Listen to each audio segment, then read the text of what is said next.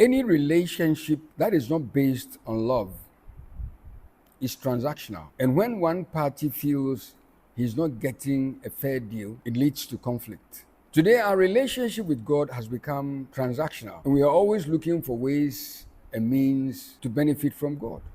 And that's why we see tithing as a means of personal benefit rather than an expression of our love for God. So tithing has become transactional and not an act of love. However, tithing points to Jesus Christ, and Jesus Christ is a personification of God's love for us. Romans chapter 11 verse 16, the Bible tells us that if the first handful of dough is holy, the whole batch of dough is holy. And if the root is holy, then the branches are also holy. In giving his life as a tithe of love to God, Jesus Christ sanctified us, the whole of mankind, for us to become holy unto God. The first time tithe is mentioned is in Genesis chapter 14. I'm reading from verse 17. It says, after Abraham came back from defeating Chedorlaomer and his allies, the king of Sodom came out to meet him in the Shaveh Valley, that is the king's valley. Then King Melchizedek of Salem brought out bread and wine. He was a priest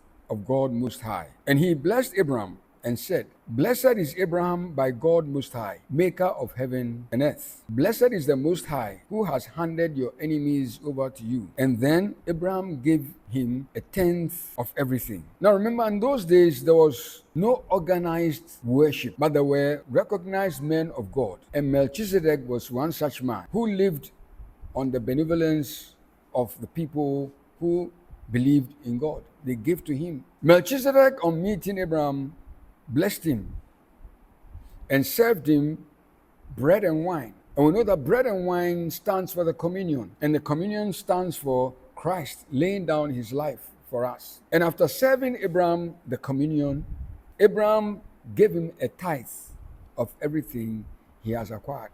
So that at that one meeting, Abraham, the father of faith, was served with communion, Christ giving his life, and he responded by paying a tithe. If Christ, through his blood, has washed us of all our sin, we respond by giving ourselves to him. These two things, tithe and the communion, all point to Jesus Christ. On the cross, Christ gave his life as a tithe on our behalf to God to sanctify us. Jesus is both the communion and a tithe from God to God. God, in becoming a man and without sin, through his death, became the first holy batch, the batch that makes the rest of the batch whole. Adam did not pay tithe because he needed God's protection. Neither did he give the tithe for God to enrich him. He gave the tithe because he understood what was going on, and he responded. In Genesis chapter 15 verse 1, we read, it says, I am God. This is how God responds to what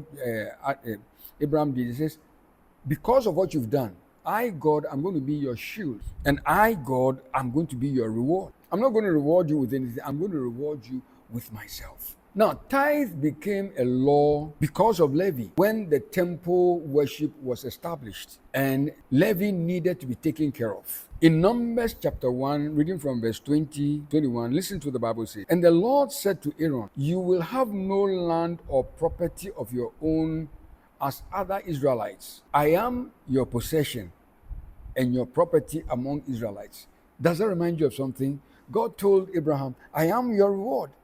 And God is telling Aaron, he says, I am your reward. You will not have any other thing to do. You will serve me, and I, God, will be your reward. He says, I am giving the Levites 1/10 of every Israelite's income. This is in return for the work they do at the tent. So, in actual fact, Israel, being God's people, or Christians being God's people, are expected to be worshiping God 24/7. And we know that that is impossible. We need to live. It's going to affect our various jobs and vocations. And so somebody represents us. I'm talking about somebody representing Israel before God, so that the rest of Israel can go and do their daily vocation. So Levi was a kind of tithe from Israel to God, because they are supposed to be before God 24/7. But since they can't do it, Levi represented them before God. And so they in turn were to pay 1/10 of what they get to levy. But today, the temple worship is no more because the law is no more. Does that mean we no longer have to pay tithes? No, because tithing preceded the law. At the time Abraham paid tithes and Jacob paid tithes, there was no law, yet they paid tithes. So how do we tithe today? I'll tell you. In Acts chapter 2, reading from verse 44, we read the following. It says, all the believers kept meeting together and they shared everything with each other. From time to time, they sold their property and other possessions and distributed the money to everyone who needed it. The believers had a single purpose and they went to the temple every day. They were joyful and humble as they ate at each other's homes and shared their food. At the same time, they praised God and had goodwill of all the people. And every day the Lord saved people and they were added to the group. So the people were thinking beyond religiously calculating 10% to give to God.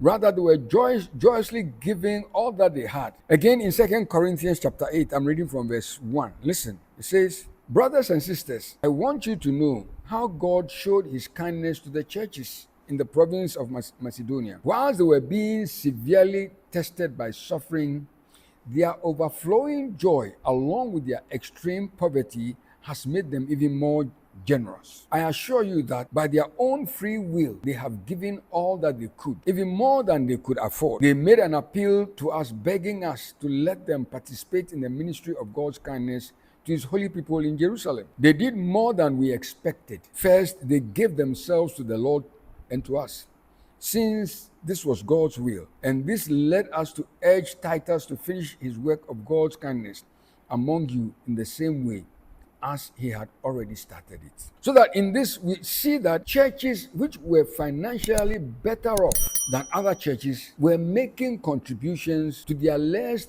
fortunate brothers and sisters. This is the work of love. Do we do that today? You see, Christ could have stayed in heaven, but his love caused him to offer himself as a tithe on our behalf. And he went on the cross, symbolized by the communion we share with each other. We are supposed to share our love with one another. So Paul concludes all this by saying in Galatians chapter 6, verses 9 to 10, that we can't allow ourselves to get tired of living the right way. Certainly, each of us will receive everlasting life at the proper time if we don't give up. Whenever we have the opportunity, we have to do what is good for everyone, especially for the family of believers. So tithing is not a religious observation. It is a life we live where no vacuum of need is left. But love rushes in to fill any vacuum of need created.